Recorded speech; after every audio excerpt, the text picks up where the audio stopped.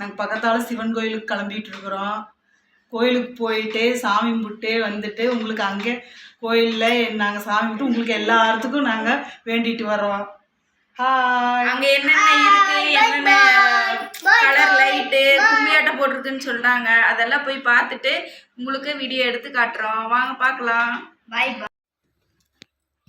Hi friends, நாங்கள் கோயிலுக்கு வந்தாச்சு. சிவன் கோயிலுக்கு வரும்போது அவ்வளோ வெளியவே வாழை மரமெல்லாம் கட்டி அவ்வளோ டெக்கரேஷன் பயங்கரமாக பண்ணியிருந்தாங்க. உள்ளே வந்ததும் விநாயகர் இருந்தார், அரசமர பிள்ளையார்.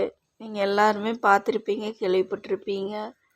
சாமி அவர்கிட்ட சாமி கும்பிட்டு உள்ளே போனால் லைட் செட்டிங்கெல்லாம் சூப்பராக இருந்துச்சு.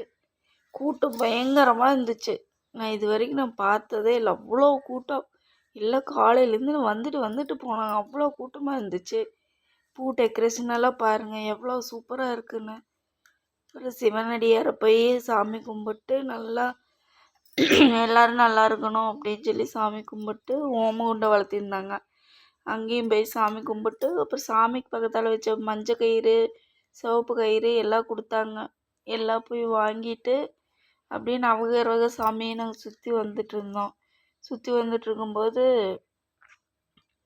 முருகர் சாமி ஊர்வலம் கொண்டு வந்தாங்க. எவ்வளோ அழகாக இருக்குன்னு பாருங்கள்.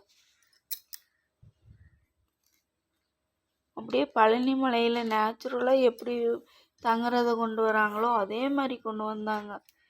நம்ம முருகர் சாமி பார்த்தாவே ஒரு அவ்வளோ சந்தோஷமாக இருக்கும். முருகர் சாமி நல்லா தரிசனம் பண்ணிவிட்டு யாகசாலைக்கு வந்தோம். யாகசாலைக்கு வந்து திருநீர் வச்சுட்டு சாப்பிட போயிட்டோம். சாப்பிட போகும்போது அவ்வளோ கூட்டம். யாகசாலைக்கு போய் சாமி கும்பிட்டு கிளம்பிட்டோம்.